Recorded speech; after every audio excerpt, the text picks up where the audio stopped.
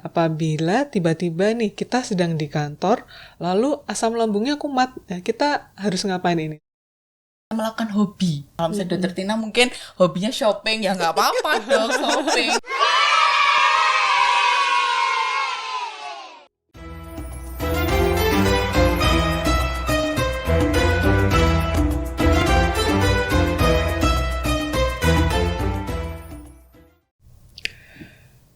Bismillahirrahmanirrahim. Assalamualaikum warahmatullahi wabarakatuh. Apa kabar Sobat MBH? Sobat Masjid Baitul Hasib Yogyakarta. Semoga sehat selalu dan dalam lindungan Allah Subhanahu wa Ta'ala. Sobat MBH tergabung dalam acara Nguber Sehat, Nunggu Berbuka Sehat. Pada kesempatan kali ini, perkenalkan nama saya Andika Putri yang akan memandu Sobat MBH dalam acara Nguber Sehat. Saya bertugas di Balai Diklat Yogyakarta. Dan sebagai narasumber yaitu Dr. Agustina dan Suster Ati yang bertugas di BPK Perwakilan Daerah Istimewa Yogyakarta. Acara Nguber Sehat ini yaitu terdiri dari kajian kesehatan di bulan Ramadan. Pada hari ketiga Ramadan ini kita akan membahas tentang kiat-kiat bagi penderita asam lambung dalam menjalani ibadah puasa. Kita langsung saja menuju ke narasumber untuk mengetahui lebih lanjut. Baik, Dokter Tina, apa kabar? Apakah sehat puasa ketiga ini? Waalaikumsalam warahmatullahi wabarakatuh. Alhamdulillah kabarnya baik Mbak Putri. Ini kita memasuki hari puasa ketiga ya. Iya, 3 Ramadan. Iya. Proses adaptasi sedang berlangsung ini Mbak Putri, seperti itu. Jadi tadi pertanyaan Mbak Putri tentang penderita asam lambung bagaimana dalam menjalankan ibadah puasanya ya. Iya. Sebagai pendahuluan mungkin sedikit saya jelaskan ya Mbak Putri bahwa penyakit asam lambung itu sebetulnya definisinya itu dari istilahnya itu gangguan pencernaan yang ada di dalam lambung, di mana kondisi asam lambung itu meningkat. Nah, karena kondisi asam lambung meningkat akan menimbulkan rasa tidak nyaman, terutama di lambung, seperti itu. Jadi pada dasarnya karena kondisi atau ketidakseimbangan asam lambung di dalam lambung itu sendiri Mbak Putri. Baik Dokter Tina, lalu gejala-gejalanya seperti apa ya untuk kira-kira wah muncul nih asam lambungnya naik. Nah itu bagaimana itu Dokter Tina?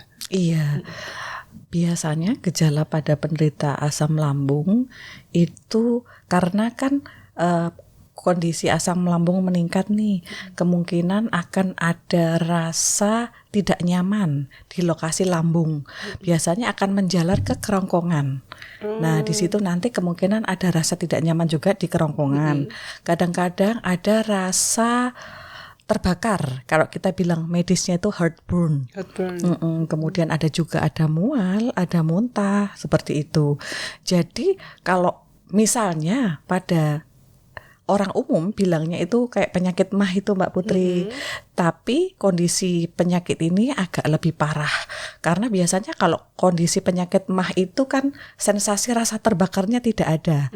Nah kalau yang ini kita sebut GERD itu tadi itu ada sensasi rasa terbakar dan itu sangat tidak nyaman.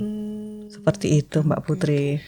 Jadi apakah asam lambung ini hanya sampai di kerongkongan saja atau sudah mencapai mulut gitu Dokter Tina? Iya, itu kan karena peningkatan ya. GERD itu kan gastroesophageal reflux disease. Jadi istilahnya itu kembali. Kalau bahasa Jawanya itu balik ya. Iya, sudah kondisi masuk, lalu keluar lagi. Kondisi normal itu kan asam lambung posisi di lambung. Karena penyakit ini maka dia keluar. Nah, karena kondisi asam itu dia otomatis akan mengiritasi. Maka dari itu terasanya itu dari tenggorokan dan otomatis mulut itu akan terasa pahit atau kecut atau asam itu tadi karena akibat asam lambung tadi yang naik. Oke. Lalu saya pernah membaca beberapa literatur ya Dokter Tina bahwa orang-orang yang memiliki penyakit GERD ini kondisi giginya itu kecenderungannya cepat berlubang. Iya, Itu ya, betul dampak sekali. dari asam Iya. yang naik dari lambung Betul. menuju ke mulut itu ya. Iya, betul sekali. Memang ada korelasinya karena suasana asam itu dapat merusak permukaan dari gigi. Itu juga. Cuman tidak, istilahnya seperti ini, tidak semua orang yang giginya rusak punya asam lambung. Ya, karena penyakit yang lain juga ada, misalnya kayak diabetes. Itu juga harus memperhatikan kebersihan kesehatan giginya. Seperti itu. Oke.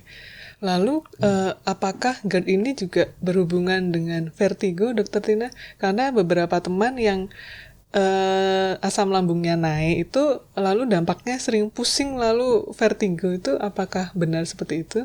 Iya, kalau misalnya hubungan GERD dengan vertigo itu tidak ada hubungannya Mbak Putri, Baik. karena kalau GERD itu yang terserang adalah lambungnya. Sedangkan vertigo itu yang terganggu itu organ keseimbangan. Organ keseimbangan biasanya tersering itu ada di telinga. Nah, itu kalau itu disebut sebagai vertigo yang perifer. Ada juga kalau vertigo pusat itu yang terserang di otak pusat. Jadi kemungkinan itu tidak ada korelasinya antara GERD dan vertigo. Karena penyebab dari vertigo sendiri itu bukan karena asam lambung dan sebaliknya.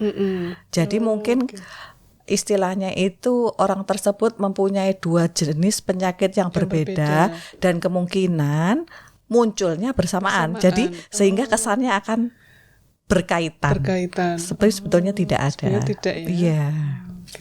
Oke. Baik Sobat MBH, kita jeda sejenak dan akan kembali lagi setelah yang satu ini.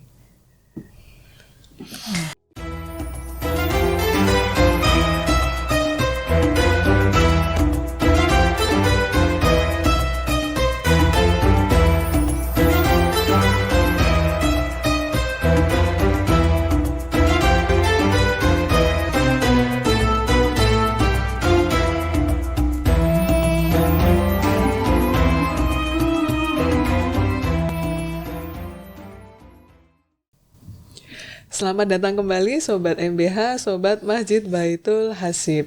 Kita akan melanjutkan perbincangan kita tentang kiat-kiat puasa bagi penderita asam lambung. Kita langsung ke narasumber, Dr. Agustina dan Suster Ati.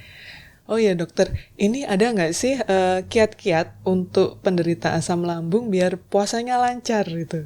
Iya, tentu saja ada ya Mbak Putri ya, karena bulan puasa itu adalah suatu kewajiban bagi umat muslim. Jadi apapun kondisinya kita diwajibkan berpuasa. Nah, kiat-kiat untuk penderita GERD ini yang paling utama adalah pola makan yang teratur Mbak Putri. Pola makan yang teratur itu apa sih? Ya termasuk harus tepat waktu saat berbuka dan sahur. Kemudian pemilihan cemilan juga harus sehat. Jadi kalau bisa sahur itu harus ya Mbak Putri ya, tidak boleh dilewatkan karena sebagai sumber tenaga. Kemudian buka puasanya harus disegerakan ya, segera ditunaikan. Karena itu tadi Kemudian jenis makanan Mbak Putri nggak kalah penting. Nah, karena penderita asam lambung ini ada gangguan di asam lambungnya, maka pemilihan makanannya harus yang sehat. Artinya yang sehat itu tidak mengandung lemak tinggi, kemudian tidak pedas, kemudian tidak terlalu asam. Nah, biasanya korelasinya adalah dengan cara memasaknya. Nah, cara memasak yang disarankan itu otomatis yang sehat juga nih. Misalnya direbus, dikukus, kalau seandainya digoreng pun bisa menggunakan air fryer. Seperti itu. Kemudian apabila saat selesai sahur atau berbuka, disarankan tidak tiduran atau berbaring. Jadi harus kondisi tubuh itu tegak dulu Mbak Putri. Nanti setelah menunggu 30 menit bolehlah kita berbaring. Supaya apa? Supaya kondisi makanan yang sudah masuk di lambung itu posisinya tidak miring. Sehingga tidak mengiritasi kerongkongan gitu kan. Nah, tidak kalah pentingnya yaitu tentang pengelolaan stres. Ya, ini tetap tidak boleh ditinggalkan karena memang sangat berkaitan sekali antara stres dengan asam lambung ini Mbak Putri.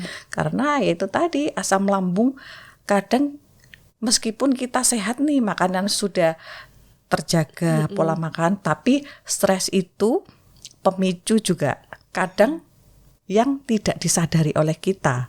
Tiba-tiba kenapa ya aku kok sudah makan teratur kok masih asam lambung. Nah, pasti melupakan stresnya itu. Ya, jadi sangat berkaitan ya antara psikis dengan fisik ya. Iya, betul sekali Mbak Putri. Baik, terima kasih atas penjelasannya Dr. Agustina. Lalu saya ingin menanyakan kepada Suster Ati. Iya, Suster, Mbak Putri. bagi-bagi tipsnya dong. Oh, boleh dong. Cuma dibagi aja kan ya. Apa nih biar kita bisa mengelola stres di saat kita berpuasa, terutama bagi penderita asam lambung ya. Betul. Soalnya tuh gini Mbak Putri, stres atau enggaknya itu kan semua orang tuh kalau ditanya stres enggak. Tapi padahal kan dalam alam bawah sadarnya itu kan kita bisa stres Iya, gitu. benar sekali itu. Iya, Terutama nah. pada ibu-ibu gitu ya. Betul. Iya Mbak Putri, kadang kan orang itu kan stres itu kita tanpa sudah disadari tadi ya, seperti Dokter Tina yang sudah dikatakan bahwa kita harus mengkonsumsi makanan yang sehat, makanan yang bergizi, yaitu terdiri dari karbohidrat, protein, lemak nabati atau lemak hewani, dan susu ya dok ya. Iya, Bisa susu. ya dok ya. Terus nanti ada yang kedua, itu nanti bisa melakukan hobi. Misalnya kayak Mbak Putri mungkin hobinya bisa membaca buku. Lakukan aja Mbak Putri, yang penting kita seneng. Kalau misalnya Dokter Tina mungkin hobinya shopping, ya nggak apa-apa dong shopping. Gitu kan maksudnya membuat mood kita jadi lebih baik ya Mbak Putri ya. Terus jangan lupa tetap berolahraga. Meskipun olahraganya hanya sekedar jalan-jalan 5 menit atau misal peragangan tangan, kaki, itu bisa Mbak Putri. Baik, tips-tipsnya sangat menarik ya Suster Ati. Lalu ini bagaimana dengan teknik relaksasi? Oh ya, kalau teknik relaksasi itu sebenarnya simple ya Mbak Putri ya. Kita bisa dalam posisi duduk, kita duduk yang nyaman ya, duduk yang nyaman, terus kita pejamkan mata sembari membayangkan hal-hal yang menyenangkan yang kita kira tuh apa sih yang bisa membuat kita menyenangkan, sembari nanti kita tarik nafas dalam hitungan 3 kali, terus gembuskan, dan itu bisa diulang sampai ini sih kita sudah benar-benar merasa nyaman. Merasa nyaman. Iya Mbak Putri. Jadi menghalau stresnya gitu ya dari pikiran kita. Iya, bisa juga sih ini Mbak Putri kalau misalnya dalam waktu senggang kita mendengarkan musik-musik relaksasi ya, itu juga bisa untuk mengontrol tingkat stres kita juga. Iya. Baik, tips-tipsnya tadi ada 4 ya Suster Ati. Yang pertama yaitu ada melakukan hobi, lalu menjaga asupan makanan. Benar. Ketiga olahraga ringan atau stretching ya, lalu yang keempat ada relaksasi. Nah, apabila tiba-tiba nih kita sedang di kantor, lalu asam lambungnya kumat, nah kita harus ngapain ini Suster Ati? Yang pertama dilakukan kalau saat terjadi serangan itu Mbak Putri, kita jangan panik dulu. Don't panic ya. Iya, karena kalau panik akan menimbulkan asam lambungnya tambah naik nanti Mbak Putri. Iya. Produksinya semakin meningkat ya asam lambungnya. Iya, benar. Terus yang kedua bisa ini kompres hangat. Kompres hangat. Iya, biasanya kan bisa pakai botol ataupun sapu tangan nggih, dok nggih. Iya. Ini kira-kira berapa lama untuk pengompresan dengan air hangat? Di ulu hati ya, suster ya? Iya, Di ulu hati, dekat ulu hati itu ya berapa biasanya lama? 5,5 jam sampai 1 jam Mbak Putri. Sampai dengan 1 nanti jam. kalau misalnya memang kondisinya kok tidak ada perbaikan, nanti bisa langsung hubungi dokter aja. Oke. Iya. Oke. Baik, dari perbincangan kita mengenai kiat-kiat puasa bagi penderita asam lambung, dapat saya simpulkan bahwa penderita asam lambung tetap dapat menjalankan ibadah puasa dengan memperhatikan beberapa hal sebagai berikut, yaitu yang pertama, diwajibkan untuk sahur, lalu yang kedua, menyegerakan berbuka puasa, lalu yang ketiga, menghindari makanan dan minuman yang dapat memacu asam lambung, lalu yang keempat, yaitu mengelola stres dengan baik. Kepada Dr. Agustina dan Suster Ati, saya sampaikan ucapan terima kasih atas kesediaannya sebagai narasumber dalam acara Nguber Sehat kali ini. Semoga ilmu yang kita dapatkan bermanfaat, dan puasa kita diterima oleh Allah Subhanahu wa Ta'ala. Amin ya Rabbal 'Alamin. Saya selaku pembawa acara mengaturkan undur diri dan mohon maaf apabila ada kata-kata yang kurang berkenan dan khilaf dalam menyampaikan acara ini. Sekian dari saya, wabillahi taufik wal hidayah, wassalamualaikum warahmatullahi wabarakatuh. Selamat berjumpa dalam acara Ngobrol Sehat selanjutnya.